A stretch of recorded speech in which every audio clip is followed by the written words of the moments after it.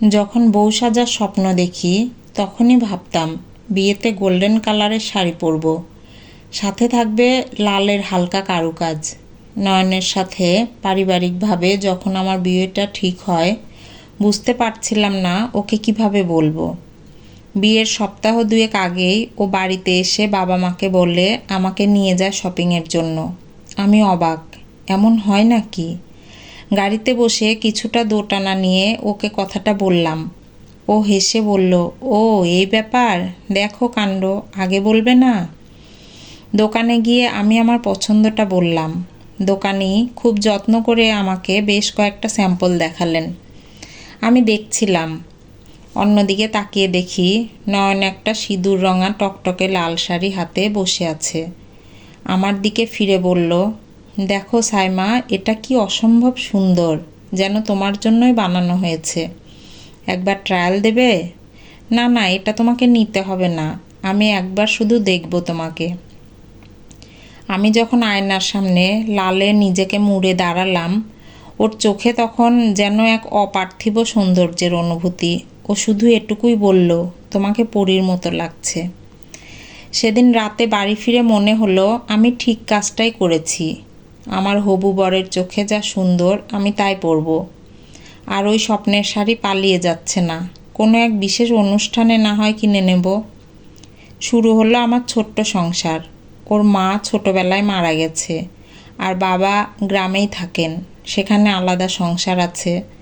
অবশ্য আমাদের বিয়ের প্রথম থেকে শেষ পর্যন্ত উনি ছিলেন, পরে চলে গেছেন।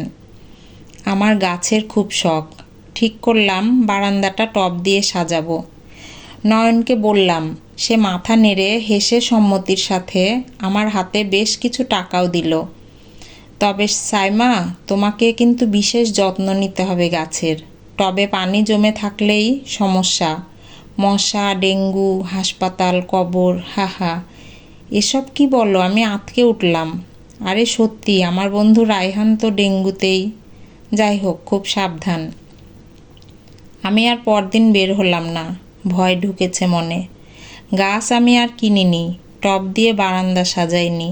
কি দরকার অযথা টেনশনের। বিয়ের মাসখানেক পর এক সন্ধ্যায় বসে দুজন গল্প করছিলাম। গল্পের প্রসঙ্গ টেনেই ও ওর অফিসের দুজন কলিগের গল্প করল। বিয়ের বহুদিন পরেও তারা নিঃসন্তান।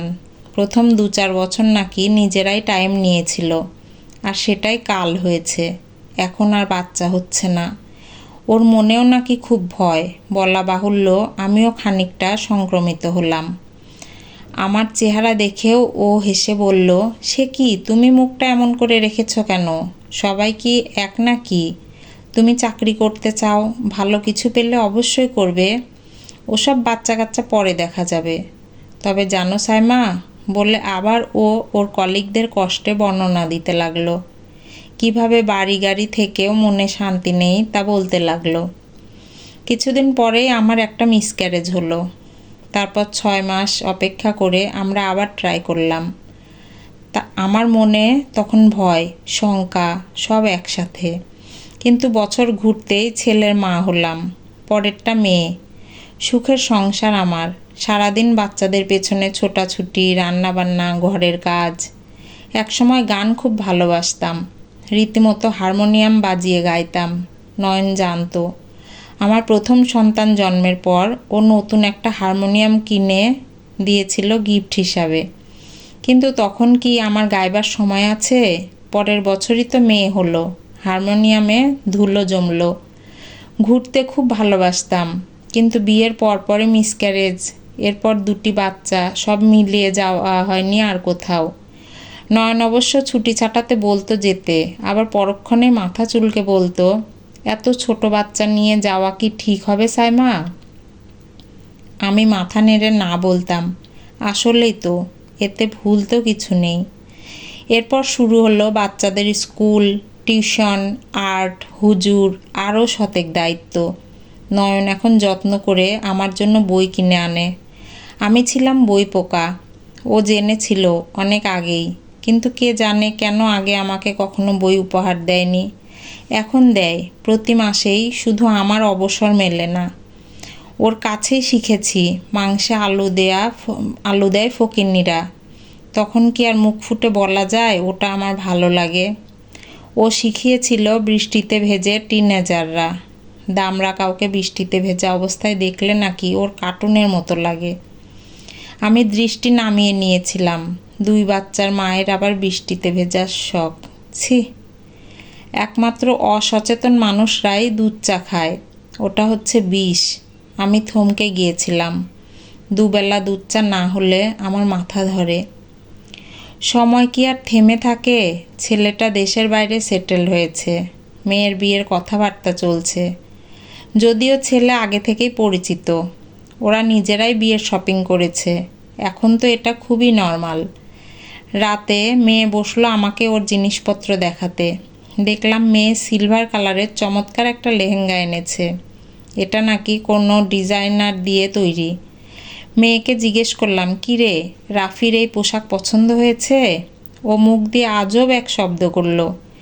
ও একটা খ্যাত মা, এতগুলো টাকা খরচ করে আমাকে লাল ক্যাটকেটে একটা লেহেঙ্গা অফার করেছিল।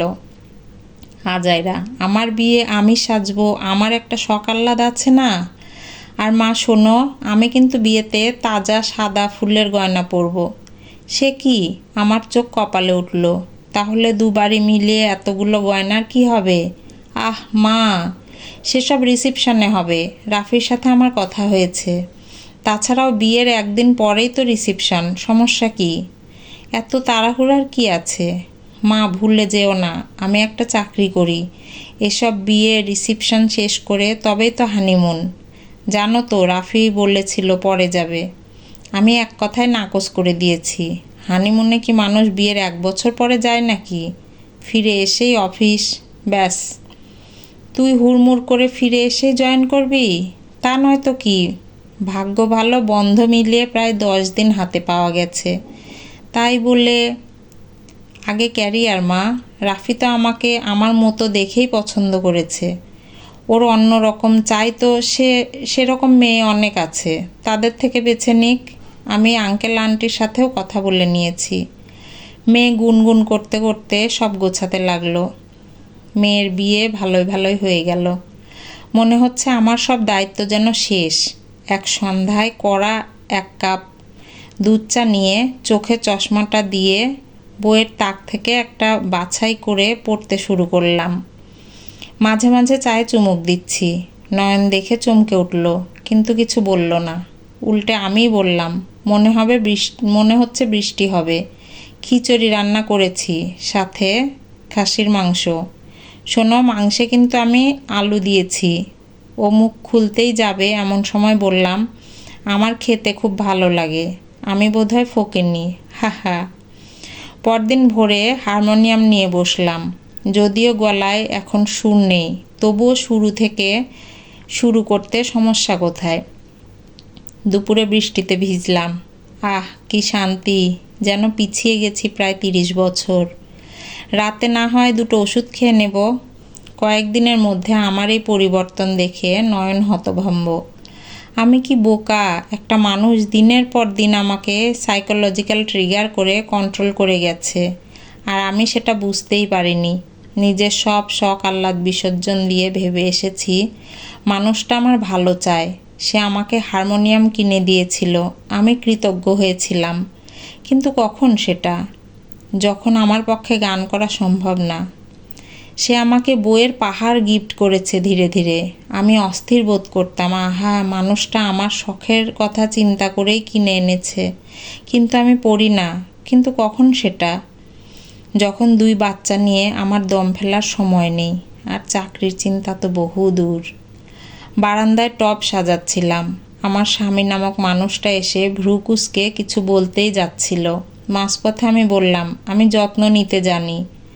তাছাড়াও 3 কাল চলে গেছে। এখন ডেঙ্গু হলেই কি আর কবরে গেলেই বাকি।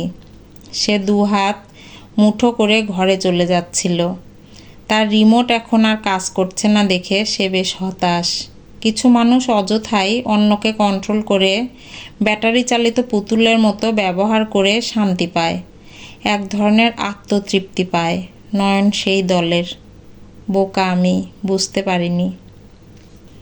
গল্পের নাম নৈশব্দিনী, কলমে সুবর্ণা শারমিন নিশি, কণ্ঠে লাবণী সাহা।